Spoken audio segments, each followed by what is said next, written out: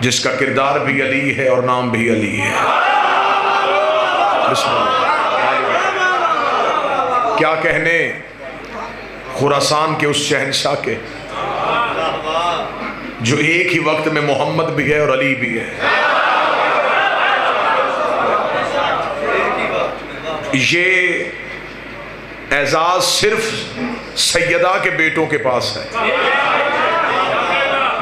یہ اعزاز صرف خاتون جنت کے بچوں کے پاس ہے کہ یہ آل محمد ہو کے پھر محمد ہو جاتے ہیں. مولا حسین عزت عطا.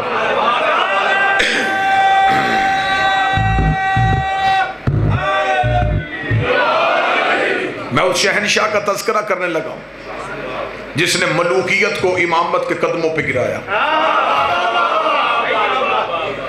کسی بھی دور میں کسی بھی حجت کو کبھی بھی بادشاہت کی ضرورت نہیں ہوئی.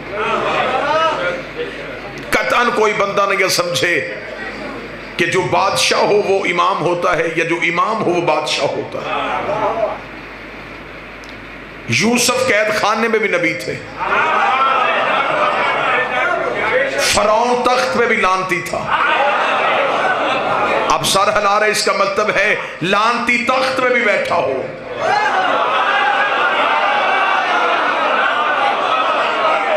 وہ لعنت سے نہیں بچ سکتا. حجت قید خانے میں بھی ہو تو وہ حجت. اللہ نے سب سے پہلا ہادی آدم بنایا تھا. اللہ نے حضرت آدم کو تخت نہیں دیا, تاج نہیں دیا, جبکہ خدا نے آسمان پہ اعلان کیا تھا کہ میں اپنا پہلا خلیفہ بنانے لگا زمین والوں کے لیے. تو میرے مالک اگر تو نے پہلا خلیفہ بھیجنا تھا اسے پورے جاہ و جلال کے ساتھ بھیجتا تاکہ دنیا کو پتا چلتا کہ جبار و قہار کا خلیفہ ہے. اسے تخت دیتا, اسے تاج دیتا, مخلوقات کو اس کی تابع کرتا, اس کے سر پہ تاج ہوتا. لیکن تو نے کوئی روب نہیں دیا. آواز پروردگار آئی میں آدم کو تخت اور تاج بھی دے سکتا تھا. اب جملہ بڑا بریک ہے, جو جاگ رہا ہے وہ جملہ سنے گا. میں آدم کو تخت اور تاج دے دیتا, لیکن اگر میں آدم کو تخت اور تاج دے دیتا تو قیامت تک قانون بن جاتا. جس کے پاس تخت ہوتا وہ میرا خلیفہ ہو جاتا. جو اہل معرفت تشریف اگر میں آدم کو تخت اور تاج دیتا تو پھر قیامت تک قانون بن جاتا. جس کے پاس تخت ہوتا وہ کہتا میں اللہ کا خلیفہ ہوں, جس کے پاس تاج ہوتا وہ کہتا میں اللہ کا خلیفہ ہوں. تو اللہ کے خلیفہ کی نشانی بن جاتی کہ تخت والا خلیفہ ہوتا ہے, تاج والا خلیفہ ہوتا ہے, لشکر والا خلیفہ ہوتا ہے, اقتدار والا خلیفہ ہوتا ہے, ووٹوں والا خلیفہ ہوتا ہے, جاہ و جلال والا خلیفہ ہوتا ہے. تو میرے مالک اب ہمارے پاس کیا نشانی ہے؟ تو نے آدم کو تخت اور تاج تو دیا ہی نہیں. اب ہمیں کیسے پتا چلے کہ بندوں کا بنایا کون ہے, اللہ کا بنایا کون ہے؟ خدا نے کہا میں نے آدم کو تخت اور تاج تو نہیں دیا, لیکن میں نے آدم کو ایک امتیاز بخشا تھا. میں نے آدم کو فرشتوں سے سجدہ کروا دیا تھا. میں نے آدم کو فرشتوں سے سجدہ کروا دیا تھا. اب قیامت تک یہ نہ دیکھنا تخت میں کون بیٹھا ہے, یہ دیکھنا فرشتہ کس کے دروازے پہ آ. جس کے دروازے پہ فرشتہ تخت والا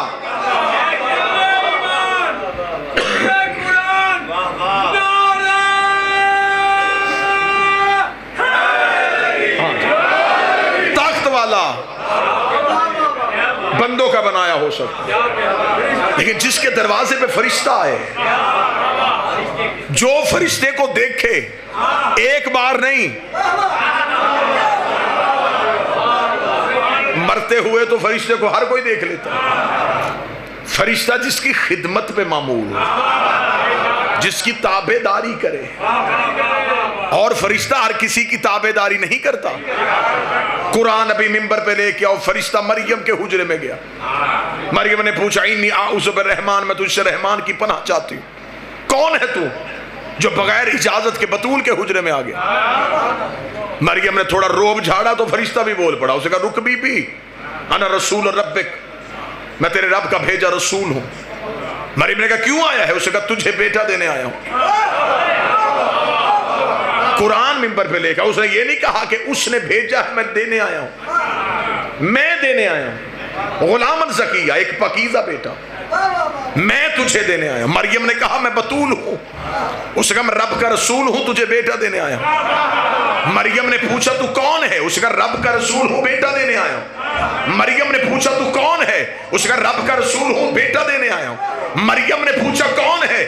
اس کا رب کا رسول ہوں، بیٹا دینے آیا ہوں۔ سطر میں نے قتل نہیں کروانی، لفظ میں نے زمین پہ نہیں جانے دینا۔ مریم نے پوچھا کون ہے؟ کہتا رب کا رسول ہوں، بیٹا دینے آیا ہوں۔ یہی فرشتہ زہرا کے دروازے پہ آیا، زہرا نے پوچھا کون ہے؟ کہتا فقیر ہوں، روٹی لینے آیا۔ بولو جو حسین کے نوکر بیٹھے، مالک حسین کو وہاں کیا کہہ رہا ہے؟ وہاں کہہ رہا ہے کہ میں بیٹا دینے آیا ہوں، یہاں کہہ رہا ہے روٹی لینے آیا ہوں۔ اب نیاز بیگ میں فتوے کی دکان کھلے تو پھر کھلے، اس کا مطلب ہے جن کا فقیر مریم کو بیٹے دے سکتا ہے وہ علی ہمیں بیٹے کیوں نہیں؟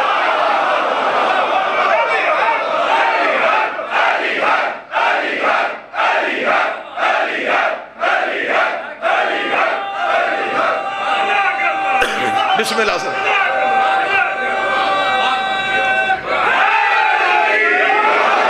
کیا کہا اس نے؟ میں روٹی لینے آیا، قرآن لیا ہو، سنی تفسیر دکھاؤں۔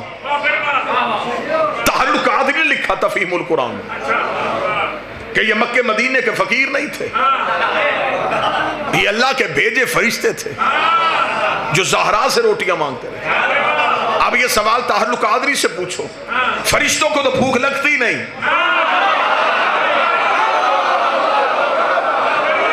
سر ہلانے سے بہتر ہے زبان تائید کر سکے، فرشتوں کو تو بھوک لگتی نہیں، پھر وہ کیوں روٹی مانگ رہے تھے؟ اچھا جو نہیں کھاتے وہ مانگ رہے ہیں،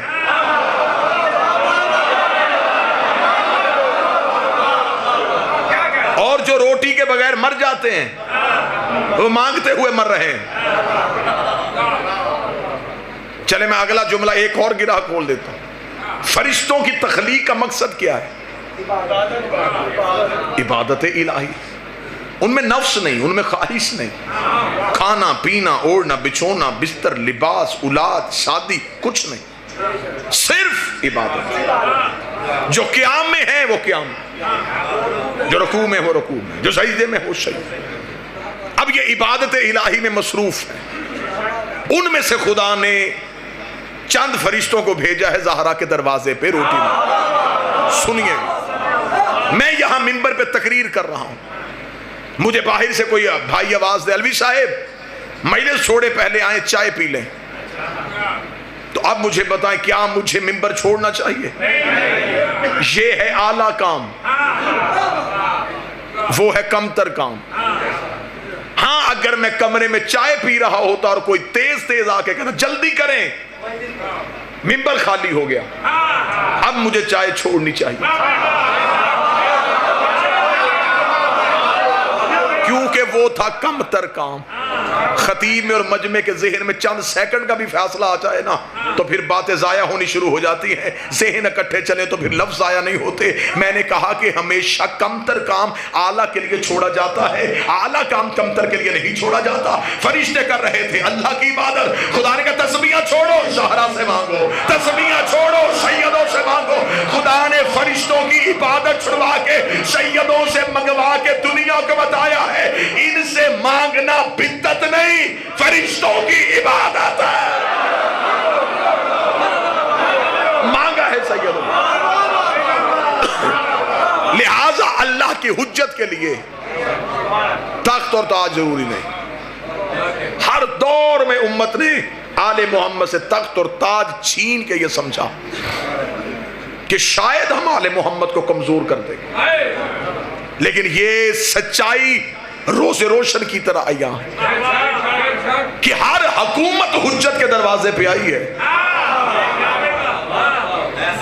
کسی بھی دور میں کوئی بھی حجت حکومت کے دروازے پہ نہیں گئی۔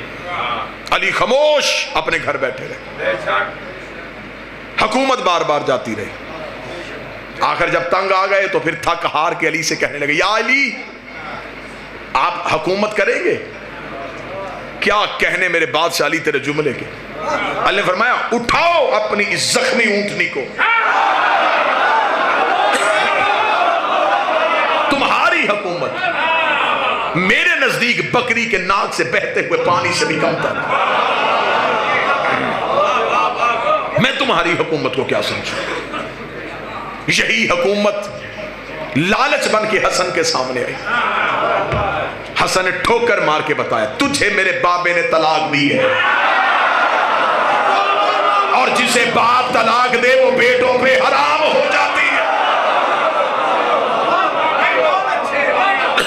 یہی حکومت حسین کے سامنے دھمکی بن کے آئی. حسین نے پرزے اڑا دیے. سجاد کے سامنے خوف بن کے آئی. سجاد نے حکومت کو رسیوں میں باندھ دیا. باکر کے سامنے روب بن کے آئی, اس نے کم سنی میں ہرا دیا. جعفر کے سامنے فتنہ بن کے آئی, اس نے علم سے شکست دے دی.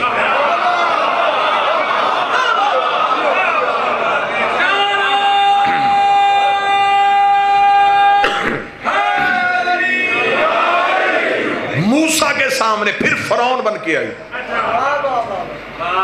اس نے عطا کے دریائے نیل میں ڈبو کے مار دی. پھر جب رضا کا دور آیا اب یہ منت بن کے آ گئی.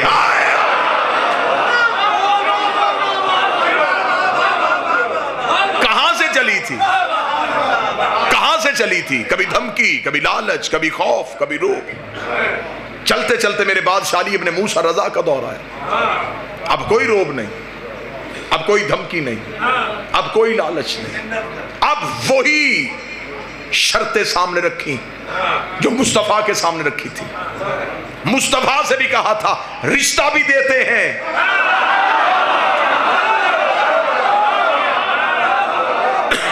بادشاہت بھی دیتے ہیں. چلتے چلتے چلتے چلتے اخیر اتنی مجبور ہو گئی, آنکھ میں محمد سے کیا کہ پھر وہی بات کہی, رشتہ بھی لے لے, بادشاہت بھی لے لے, کسی طریقے سے ہمیں لعنت سے بچا. امام رضا مدینہ سے نکلے, اب سفر شروع ہو گیا ہے خراسان کی طرف.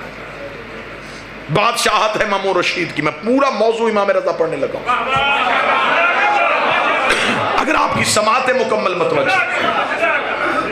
امام چلتے چلتے پہنچے. جب امام پہنچے تو یہ بہت لمبا ایک واقعہ میں پڑھوں گا تو بات امام کے سفر پہ ہی ختم ہو جائے گی, اور میں جہاں پہنچنا چاہتا ہوں وہ بات ادھوری رہ جائے گی. نیشا پور کا سفر امام کا مشہور ترین سفر. اتنی دنیا علم کے لیے ترس گئی تھی, اتنی ترس گئی تھی کہ اتنا عرصہ ہو گیا تھا باب علم بند تھا. اتنا ترس گئی تھی کہ امام جس گھوڑے پہ تھے ساتھ ساتھ لوگ کاغذ قلم اٹھا کے آ رہے تھے, یہ بولے ہم لکھیں.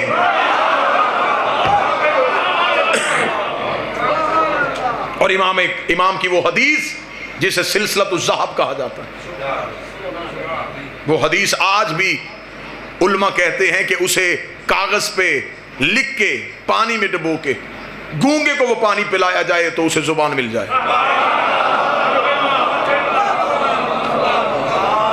وہ حدیث سلسلۃ الذہب پڑھ کے اندھے کی آنکھوں پہ پھونک ماری جائے اسے بینائی مل جائے. جب نیشاپور کے قریب آ کے امام سے پوچھا گیا کچھ تو بول, امام نے پھر ایک سلسلہ شروع کیا. اسے کہتے ہیں سلسلہ عصمت, اسے کہتے ہیں شجرہ طیبہ. امام نے کہا میں نے سنا ہے اپنے باپ سے,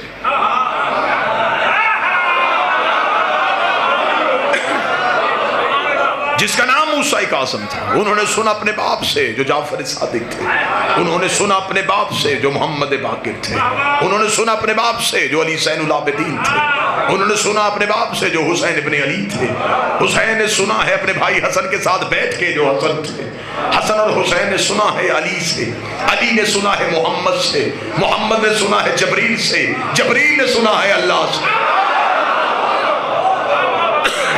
امام نے پورا سلسلہ پڑھا. اس سلسلے میں ایک بھی کڑی ٹوٹی ہوئی نہیں تھی. جب امام نے اتنا بہترین سلسلہ پڑھا تو لوگوں نے کاغذ قلم ہاتھ میں کیا سنا؟ اب امام گھٹنوں پہ کھڑے ہوئے، زین پہ کھڑے ہوئے، امام نے کہا لا الہ الا اللہ ایک قلعہ ہے، یہ کہہ کے امام پھر بیٹھ گئے، سواری پھر چلی، لکھنے والے کاغذ قلم لے کے پیچھے بھاگے، مولا آگے، امام پھر گھٹنوں پہ اٹھ کے کھڑے ہوئے، امام نے کہا اس قلعے میں داخل جو ہوگا وہ امان پا جائے گا۔ لوگوں کے چہروں پہ خوشی آئی، امام پھر بیٹھے، لوگ پھر پیچھے پیچھے دوڑے، امام پھر گھوڑے کی زین پہ بلند ہوئے، امام نے کہا لیکن اس قلعے میں داخل ہونے کی چند شرطیں ہیں۔ اتنا کہنا تو لوگوں کے سانس وہی کے وہی رک گئے کہ اب مولا پوہے گا کہ وضو شرط ہے، نماز شرط ہے، غسل شرط ہے، روزہ شرط ہے، تقوی شرط ہے، زہد شرط ہے، عبادت شرط ہے۔ امام کا گھوڑا چلتا گیا، 40,000 کاغذ قلم امام کے پیچھے پیچھے چلتے گئے، مولا وہ شرط کیا ہے، مولا وہ شرط کیا ہے، مولا وہ شرط کیا ہے۔ امام گھوڑے کی زین پہ اٹھ کے کھڑے ہوئے، اپنی عبا کو کھولا، سینے پہ انا من شروطہا، ان شرطوں میں ایک شرط عام ہے، عام ہے وہ شرط، ہمارے بغیر تم لا الہ الا اللہ میں نہیں پہنچ سکتے۔ امام پہنچ گئے خراسان، مامون نے کہا کہ مولا میں چاہتا ہوں کہ آپ کی بیعت ہو۔ امام کو تخت پہ بٹھایا گیا، امام نے کہا پھر اسے کہا بیعت کروائیں، توجہ میری طرف رکھیے۔ امام نے ایسے ہاتھ بلند کیا، لوگ سامنے لائن بنا کے کھڑے تھے بیعت کرنے کے لیے، امام یوں بیٹھے تھے بلا تشبیہ۔ مامون نے کہا کہ مولا میں بیعت کروانا چاہتا ہوں، امام نے کہا میں بیعت کروا رہا ہوں۔ اس نے کہا مولا ایسے بیعت نہیں، ہم تو ایسے کرواتے ہیں۔ امام نے مامون کی طرف دیکھا، بدبخت تجھے نہیں پتا معصوم کسی کے آگے یوں نہیں کرتا۔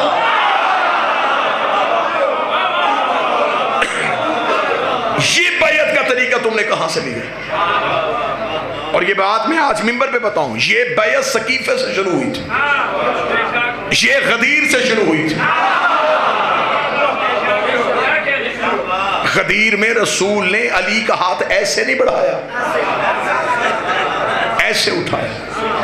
خلافت والوں کے ہاں بیعت ایسے ہوتی رہی، امامت والوں کے ہاں بیعت ایسے ہوتی رہی۔ جو چپ ہے تمہاری خاموشی کا تالا توڑوں؟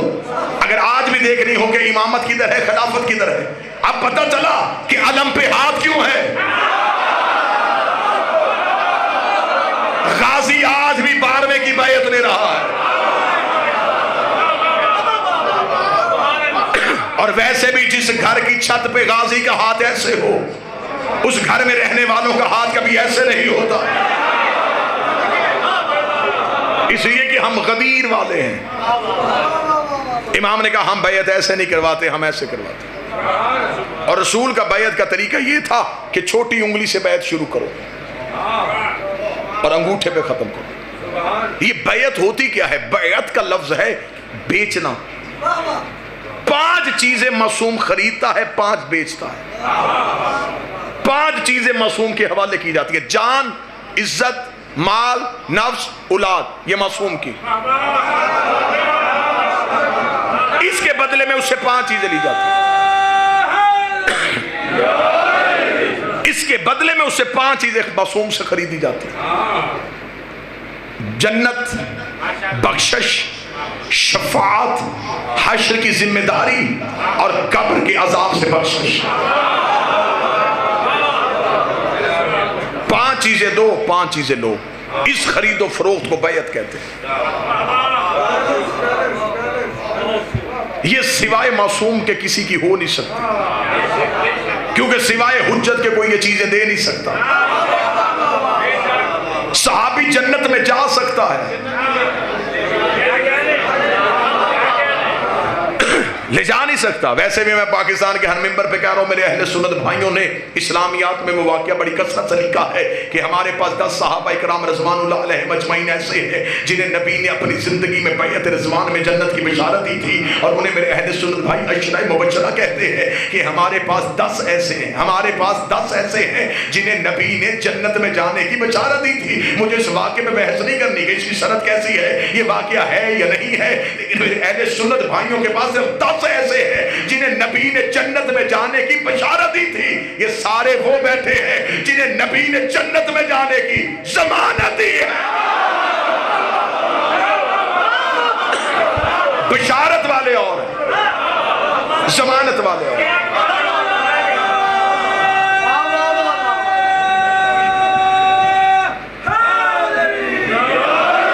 متوجہ ہیں جی؟ امام نے فرمایا بیعت ایسے ہو۔ امام کی بیعت ہو گئی، جب بیعت ہو گئی تو اب مامون نے کہا مولا پہلا حکم، مولا نے اپنی حکومت میں اپنی گورنمنٹ میں جو پہلا حکم پاس کیا، جو پہلا ایگزیکٹو آرڈر پاس کیا، وہ حکم نامہ کیا تھا؟